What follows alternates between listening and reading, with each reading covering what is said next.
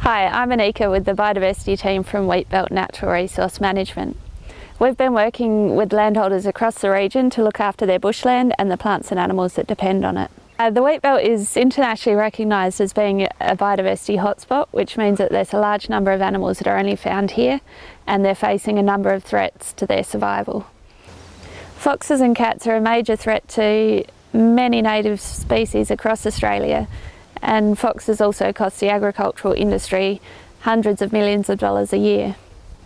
In Western Australia, foxes are officially listed as a declared pest, so all land managers must make a reasonable effort to control foxes on their property. Foxes are very mobile, so it's important that neighbouring landholders work together. If all of your neighbours control foxes on their properties, there is a reduced chance of foxes re-invading your property. Today we're going to show you the most effective way to set up a cage trap for feral predators. We're going to discuss position, camouflage, baits and relevant laws. By following these basic principles, you will increase your capture rate and reduce the amount of time spent on predator control. In 2014, across the southwest of Western Australia, over 4,500 feral predators were destroyed as part of the Red Card program. In the Wheatbelt alone, over 600 predators were shot in just 1 month. That was February 2014, as part of the Red Card program. And that's possibly less than 5% of what's out there, so there's a very big task ahead to tackle those kinds of numbers. These cage traps are suitable for trapping foxes and feral cats, perhaps small wild dogs. It's really important to get the location of your trap right. It's worthwhile looking for signs that the animal has been moving through the area. You're going to look for tracks, droppings, maybe a carcass that they've fed on, and even hearing them in the night.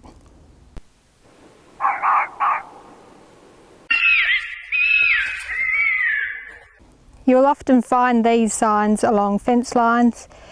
Another thing you could look for is holes under the fence where they might have dug and scratched through. They may often visit areas where other animals have been.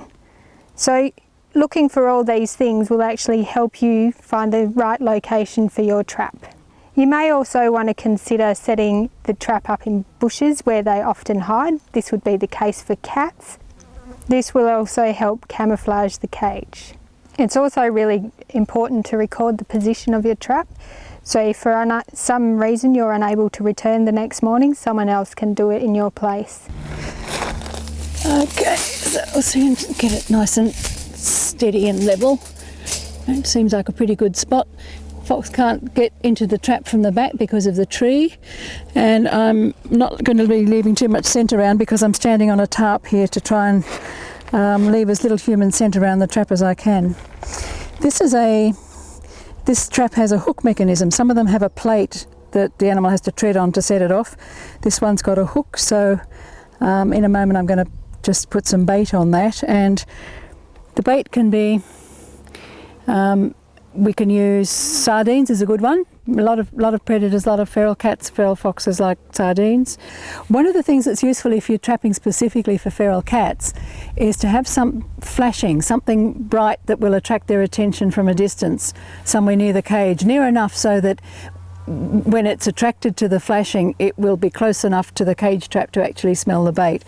So here we've just got a bit of tinsel, and I'm going to just put it here so that it'll flap about a bit in the sun and the wind and will attract the attention of a feral cat, and by the time the cat gets this close to the cage it will smell the bait and hopefully Bob's your uncle. So I've got a chicken wing here, and I'm just going to try and thread it onto the hook so that the trap's baited.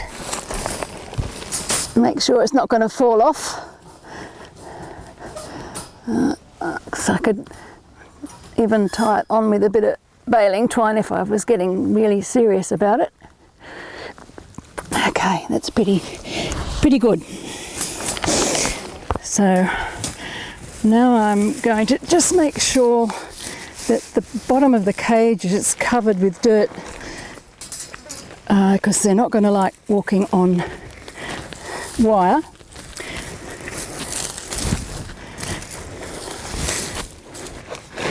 And now to set the trigger mechanism, which is here. This hook just hooks over, and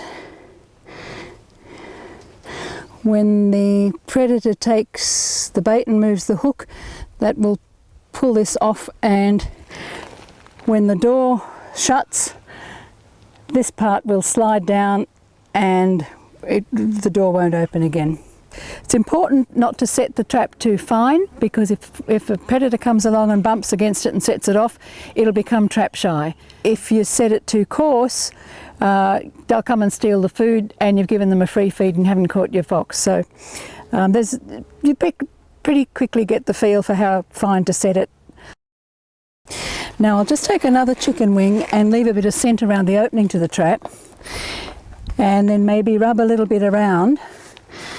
And there's one final thing I'll do before I leave it, and that's to put, thank you, I'll put a bit of hessian over the top, and that's partly to make it look a bit less obvious and artificial, but partly also to give the animal some protection when it's in the trap. It's good to use something a bit heavy like that, because if you use anything too light and it blows off or flaps around too much, it's going to be a deterrent. So we'll just rub some chicken smell around, maybe even break a few little pieces off, make a bit of a trail, and take our scent away with us as much as we can.